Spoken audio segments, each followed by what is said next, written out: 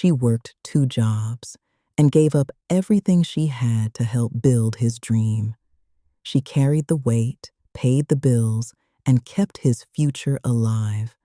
But when success came, he started acting like he built it all alone. Then the deepest betrayal came from the 2 people she trusted most. Months later, they invited her to the wedding. They expected heartbreak, not the woman who was about to change everything.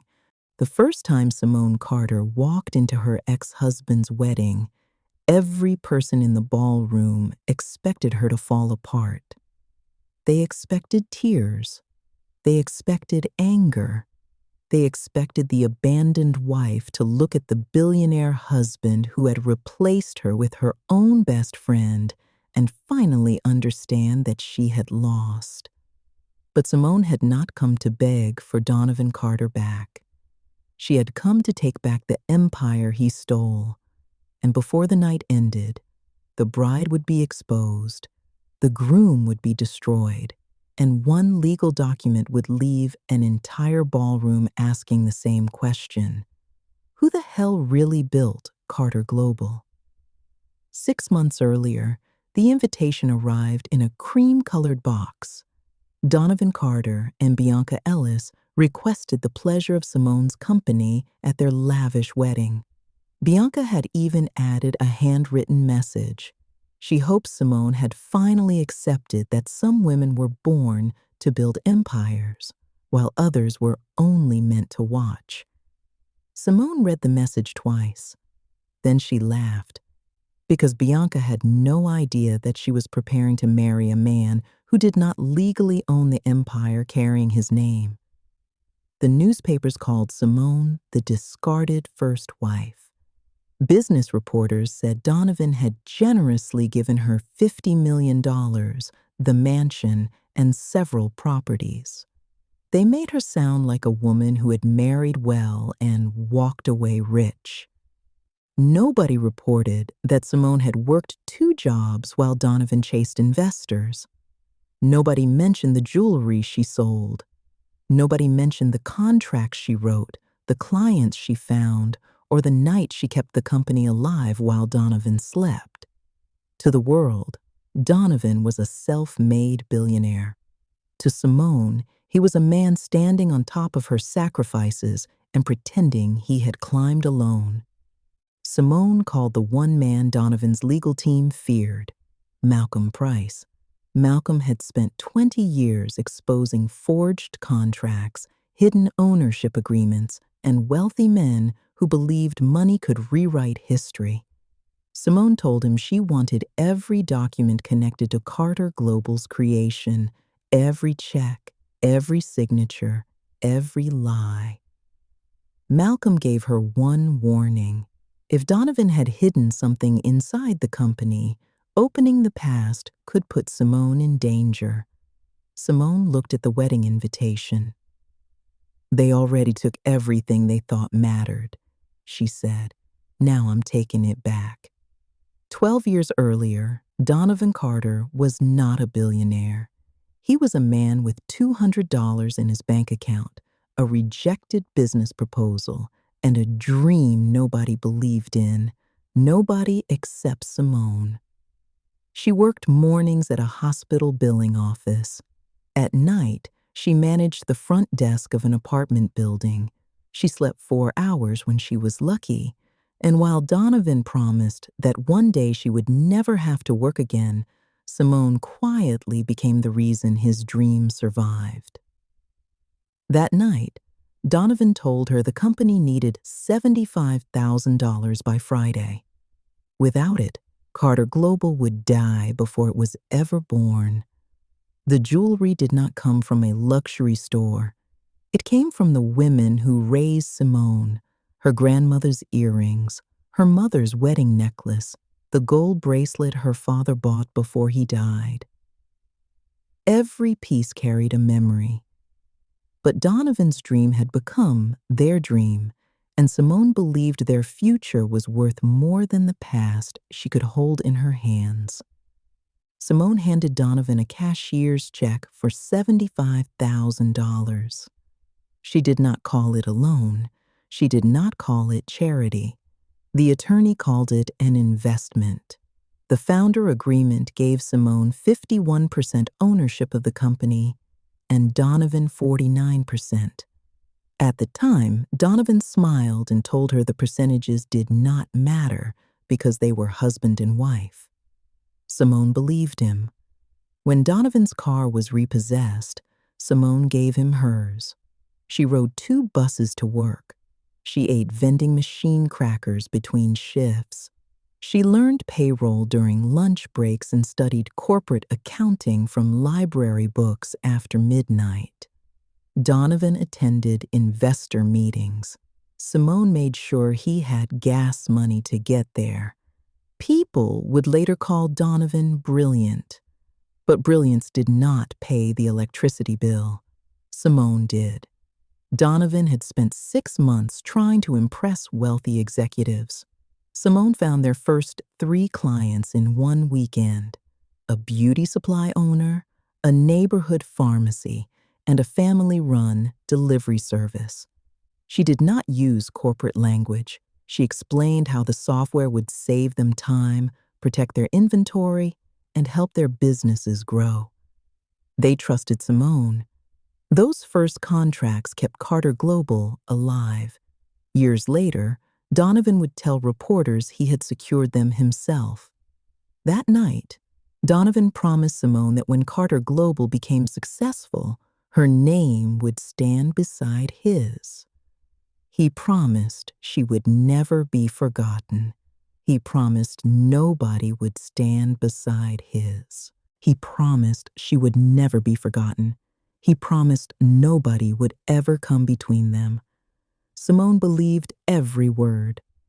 But promises are easy when a man has nothing. The real test comes when he finally gets everything. 10 years later, Carter Global was worth $4 billion. Donovan's face appeared on magazine covers.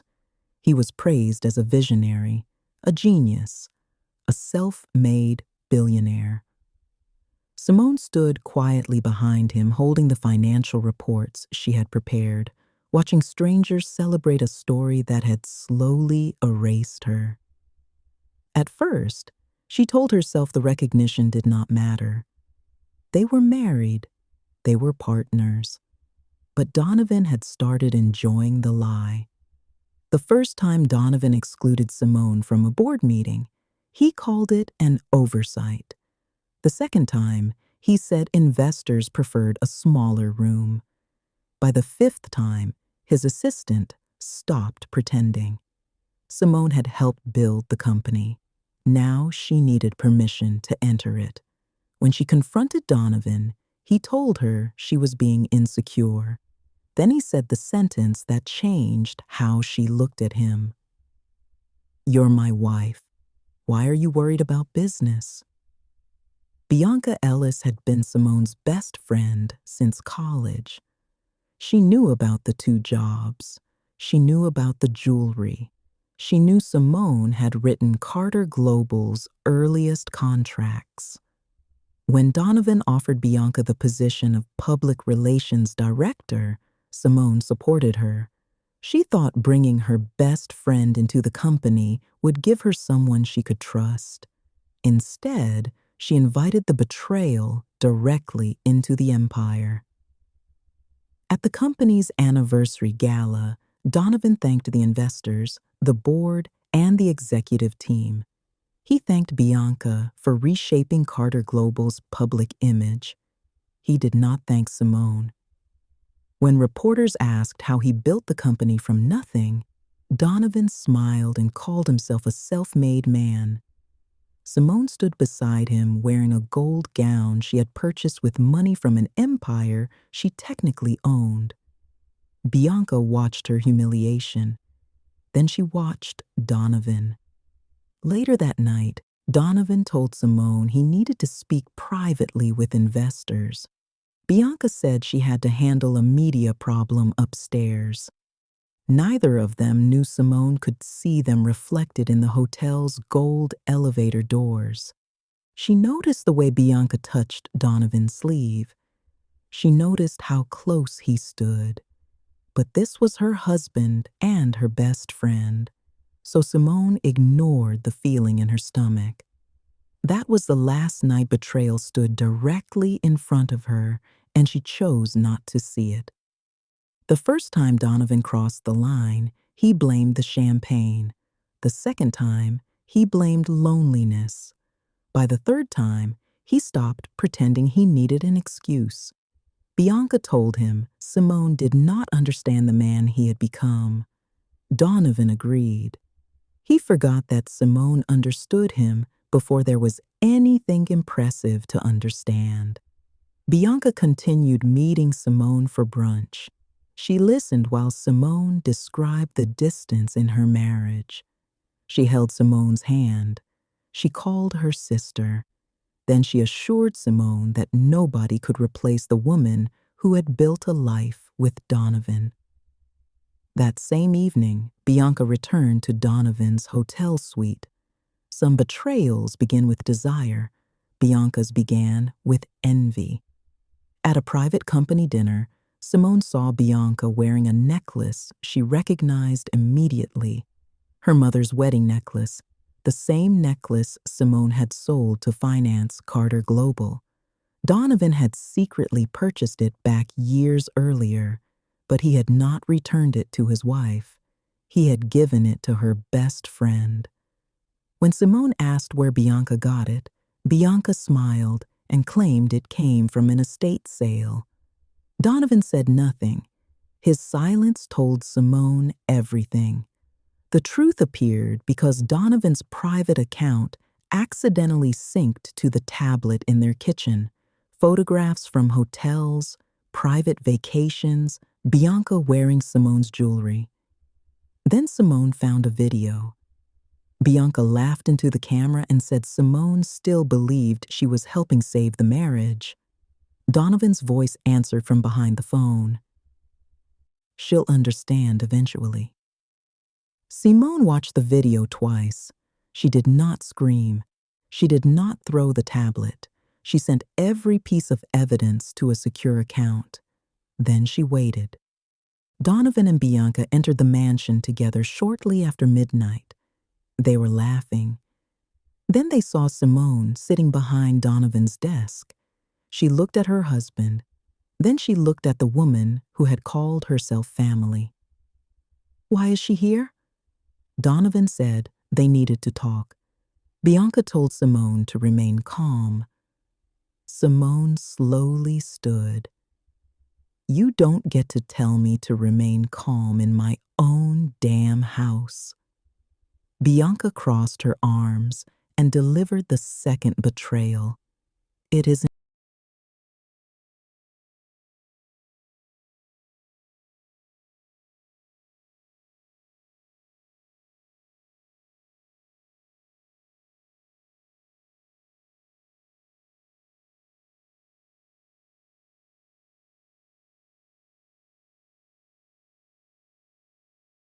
Donovan admitted he was in love with Bianca. He wanted a divorce. He offered Simone the mansion, several properties, and $50 million, as though he were giving her a reward for surviving him. Simone reminded Donovan who paid the first company bills, who wrote the contracts, who found the first clients. Donovan dismissed years of work with 5 cruel words. "You typed a few documents." That was the moment Simone understood that success had not changed Donovan. It had exposed him. Simone asked Donovan whether he remembered the apartment, the buses, the nights without electricity, the jewelry she sold.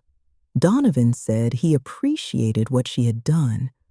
Appreciated, as though Simone had packed his lunch instead of building the foundation beneath his billion-dollar empire. Then Donovan made his greatest mistake. "I built Carter Global." Simone stared at him, then she nodded. "All right, I'll give you your divorce." Bianca smiled.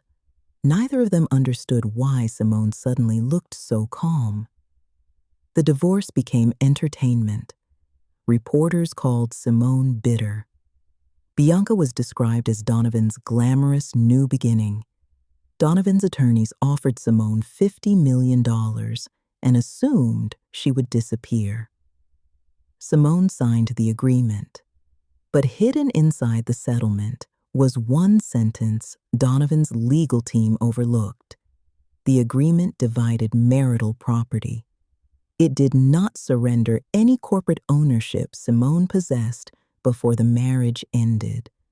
Malcolm Price had already found the first problem. The $75,000 check had never been recorded as a gift. It was an investment.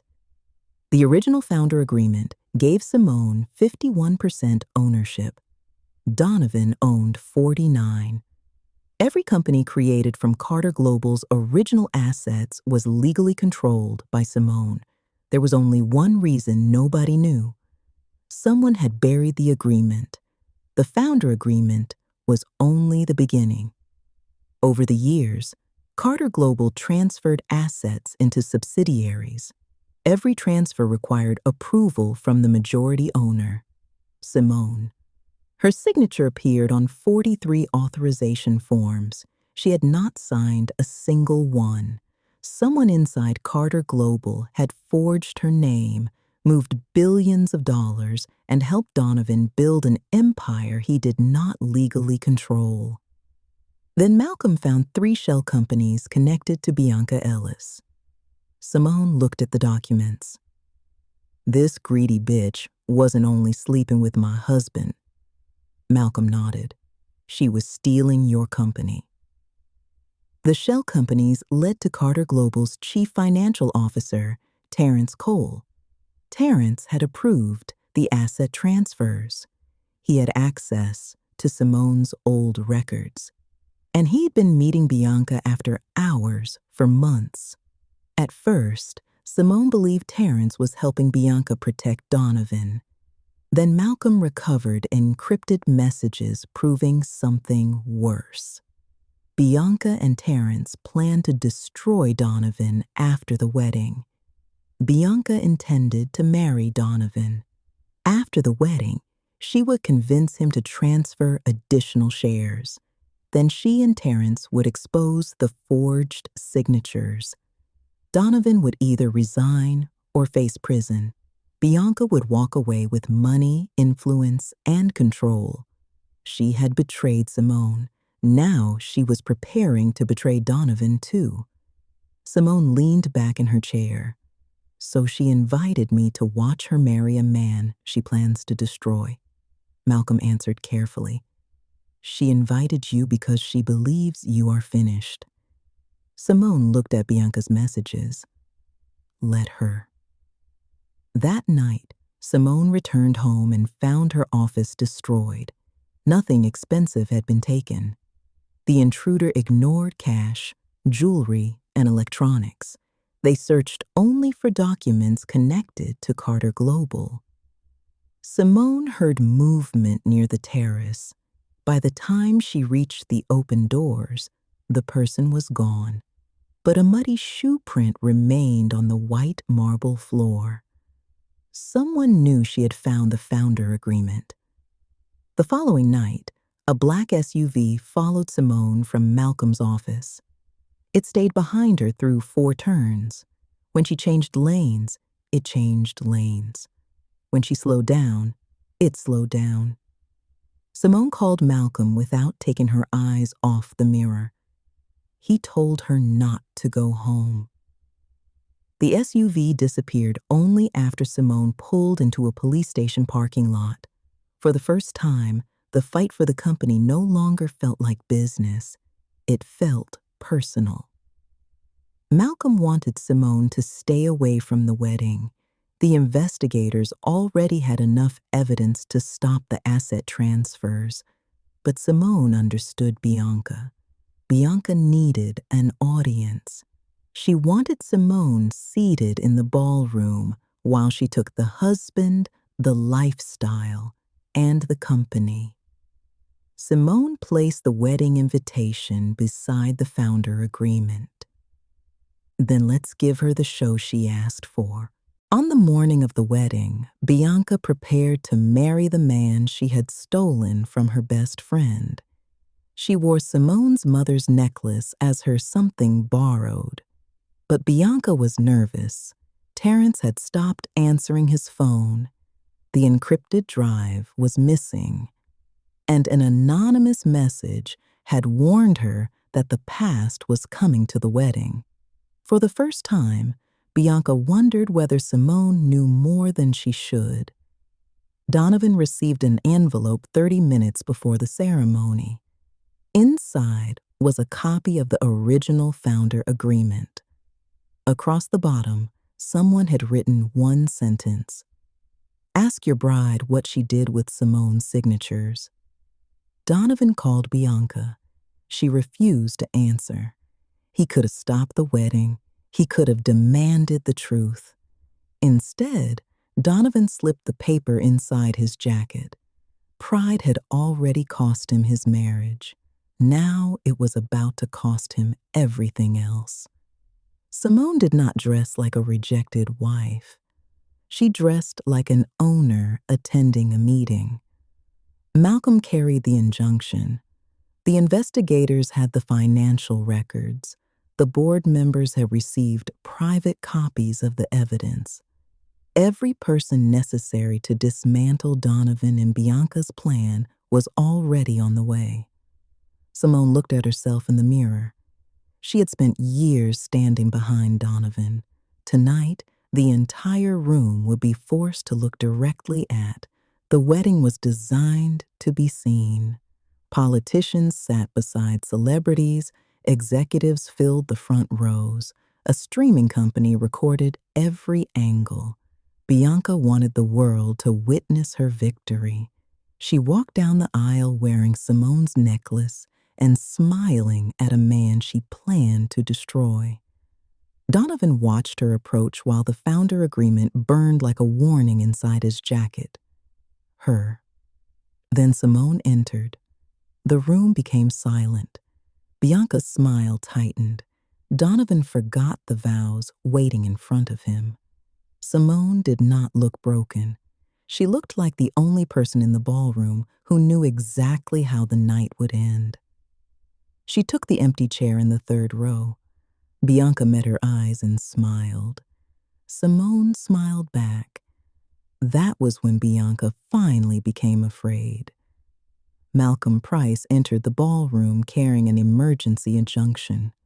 The order prevented the sale, transfer, or restructuring of Carter Global and every company connected to it. Donovan demanded to know what Simone had done. Simone remained seated.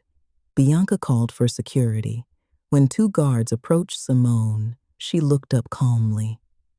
"I wouldn't touch me," because by Monday morning, Simone would be signing their paychecks. Donovan called Carter Global his company. Simone finally stood. "No, Donovan, mine." Malcolm revealed the original founder agreement. Simone had provided the first $75,000. In exchange, she received 51% controlling ownership. Donovan held 49. Donovan claimed the document had been replaced. Malcolm corrected him. It had been concealed. 43 corporate authorizations carried Simone's forged signature. Those documents had moved assets, created subsidiaries, issued shares, and built the structure supporting Donovan's billionaire reputation. Donovan claimed he knew nothing about the forgeries. Then Simone asked a simple question. How did he believe the company had legally removed its majority owner without her approval? Donovan had no answer, because the truth was ugly. He had wanted Simone erased so badly that he never questioned how it happened. Then the screen revealed Bianca's real plan. After marrying Donovan, she would convince him to transfer more shares, Terrence would expose the forged signatures. Donovan would be removed or arrested. Bianca and Terrence would divide what remained. When a photograph of Bianca kissing Terrence appeared, Donovan finally looked at his bride as though he had never seen her before. He had destroyed his marriage for a woman preparing to destroy him. Bianca accused Simone of setting her up. Simone answered with the truth. "I let you keep talking." Bianca said Simone had always been jealous. Simone looked around at the ruined wedding. "You stole my leftovers and called it a feast." Bianca slapped her. Simone slowly turned her face back. When Bianca raised her hand again, Simone caught her wrist. "Try that shit again."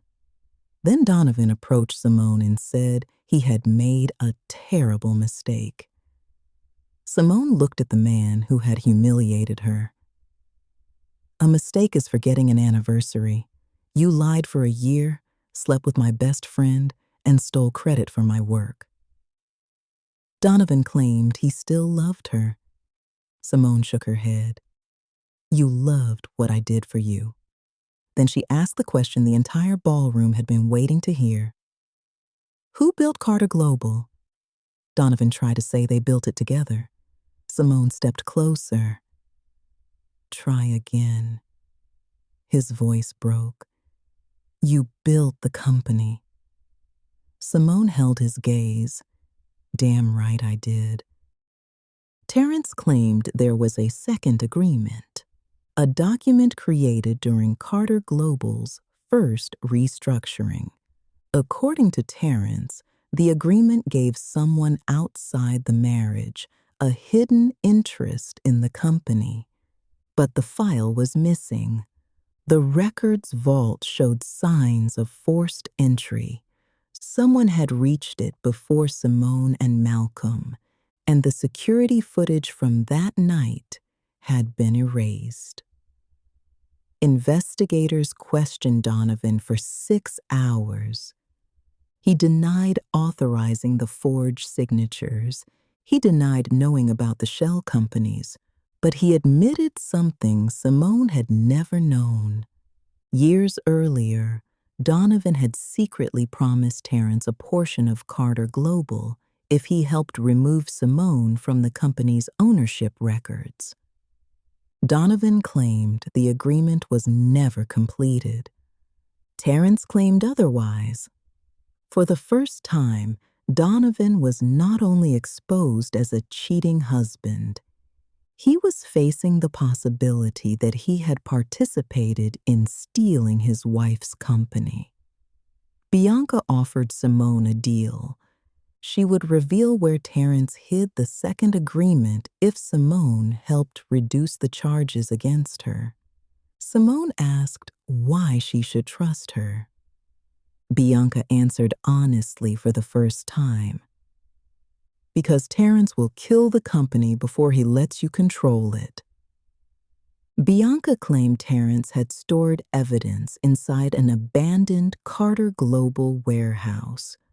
She also warned Simone that the black SUV following her did not belong to Terrence. Someone else had been protecting the company's secrets. Inside the abandoned warehouse, investigators found shredded contracts, damaged servers, and boxes from Carter Global's earliest years.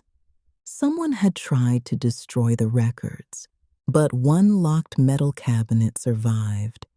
Inside was a copy of the second agreement. It did not give Terrence ownership. It proved that Donovan had authorized Terrence to remove Simone from internal company records in exchange for a hidden bonus. Donovan had not forged Simone's signature himself, but he had helped create the reason it was forged.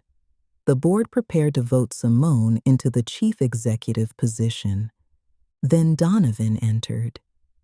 He had one final request. He wanted to speak before the company carrying his name was taken from him. Simone allowed him 5 minutes. Donovan placed his own copy of the second agreement on the table. Then he admitted everything. He had wanted control. He had resented Simone's ownership, and when Terrence offered a way to remove her without a public fight, Donovan chose ambition over the woman who built the company beside him. Terrence and Bianca had used the shell companies to create nearly $1 billion in hidden debt. If the lenders called the loans immediately, Carter Global could collapse. The board wanted to sell major divisions. Simone refused. She had not fought to recover the company, only to watch frightened executives tear it apart. She reviewed every contract. She contacted the first clients who had grown alongside Carter Global. Then she presented a restructuring plan that protected the employees, stabilized the debt, and removed every executive involved in the fraud. The company survived because Simone did what she had always done. She worked while everyone else panicked. The board voted unanimously. Simone Bennett became the majority owner and chief executive officer of Carter Global Solutions. For the first time in company history, she entered the boardroom without being introduced as Donovan Carter's wife. A director asked what title she preferred. Simone sat at the head of the table. Founder, majority owner, and chief executive officer. Nobody challenged her. 3 months later, Donovan requested a private meeting. He did not blame Bianca.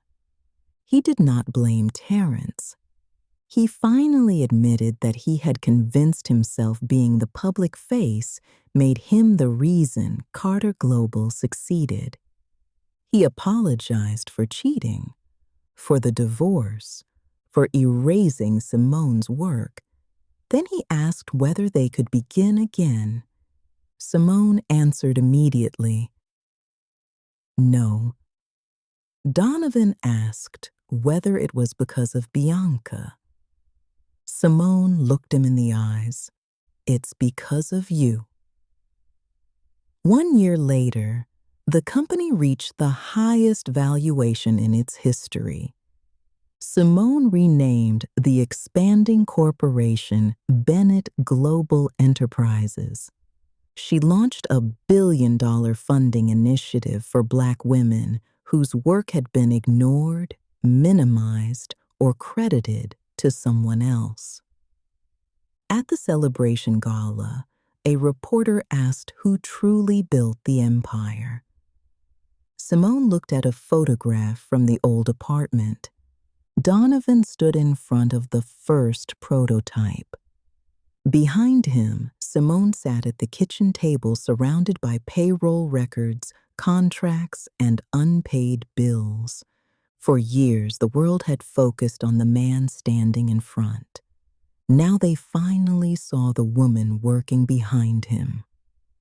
The reporter asked whether the empire had always belonged to Simone. She smiled. Donovan had an idea, but ideas do not become empires by themselves.